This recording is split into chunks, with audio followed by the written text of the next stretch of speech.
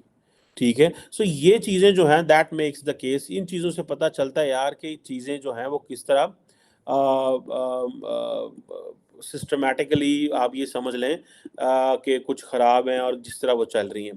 اب انڈیا جو ہے وہ اس نے اپنے, جیسے میں نے بتایا, وہ رشیا کے اوپر ڈیپینڈنس اس نے ڈال لی ہے, اور ان کو بڑی اچھی سے سمجھ آ رہی ہے کہ ہمیں رشیا کی جو آئل ہے وہ چاہیے. اور وہ رشین آئل, جیسے ہم نے ماضی میں کئی دفعہ آپ کو بتایا کہ وہ نیو یارک اور پتہ نہیں کہاں کہاں بک رہے ہیں.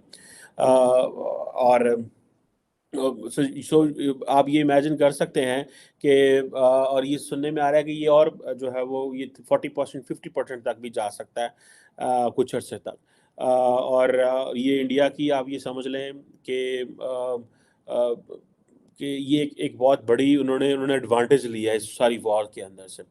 چائنا کے پاس ایک پیس پلان ہے, امریکنز اس کو پسند نہیں کرتے, امریکنز کی کوئی سنتا نہیں ہے, یورپ پریشان ہے کہ ان کی کیا ہے. سو اس سارے پروسیس کے اندر India and China they are very lucky status.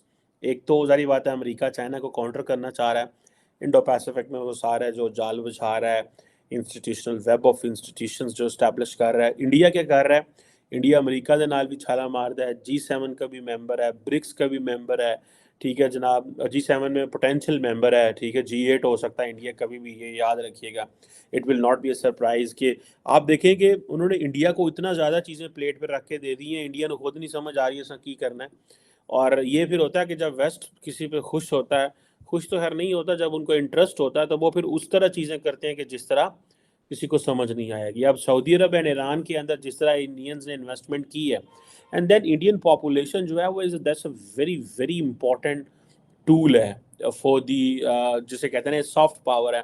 That basically tells کہ کتنی امپورٹنٹ قسم کی اچھے تعلقات یا ایک سافٹ پاور ہے.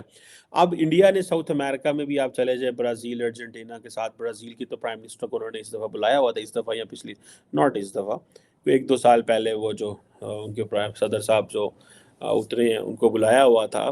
پھر ایجپٹ کے پریزیڈنٹ کو بلایا ہوا تھا، یو اے کے پریزیڈنٹ کو بلایا ہوا تھا، الجیریا، بحرین، انڈونیشیا، یہ سارے ممالک جو ہیں وہ ہیں. اب سننے میں آ رہا ہے کہ ایسٹ افریقہ اور ویسٹ افریقہ سے بھی کوئی دو دو ملک جو ہیں وہ لینے جا رہے ہیں. سو مجھے تو ایک چیز کی سمجھ نہیں آئی کہ پاکستان کو اس حوالے سے کیوں ڈسکشن میں نہیں لایا گیا، یا پاکستان نے اس حوالے سے کیوں نہیں سوچا، یا کہ پاکستانی ستے نے ریوڑیاں کھاندے نے، گچک کھاندے نے پہ، یا کیا کہ وہ یہ تو ہماری وہ بھی نہیں ہے، بڑی عید بھی نہیں ہے جہاں پہ ہم زیادہ گوشت کھاتے ہیں، تو یہ وہ بھی عید نہیں ہے. تو یہ چیز ہے جو بتاتا ہے نا، وہ یہ ہے کہ بھائی آپ ہمیں یا لیڈرشپ سوچ نہیں رہی ہے، ان کو سمجھ نہیں ہے، یا چائنیز نے آفر نہیں کی.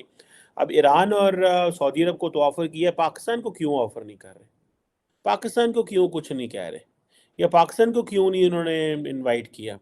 یہ ایک کویسچن ہے. یہ سوال مجھے انڈیا یا باقیوں سے نہیں کرنا چاہیے، یہ سوال مجھے اپنے آپ سے اور اپنی لیڈرشپ سے کرنا چاہیے کہ ہم نے اپنے آپ کو اتنا زیادہ ارریلیونٹ کر دیا ہے، اور ہم نے اپنے آپ کو اتنا سیکیورٹی کر دیا ہے، اور ہماری اکانومی اتنی کمزور ہے کہ دیکھیں ساؤتھ افریقہ $400 کی لے کے بیٹھا ہوا ہے، ہم بھی کوئی 300 350 ایگزیکٹلی آج کل میں اسٹیٹسٹکس دیکھتا ہوں کہ کدھر پہنچے ہیں، کیونکہ ہماری پیسہ روز گرتا ہے، روز جی ڈی پی اوپر نیچے پتہ نہیں کدھر پہنچ جاتی ہے. وہ سسٹینیبلٹی نہ ہونے کی وجہ سے جو ڈیٹا ہے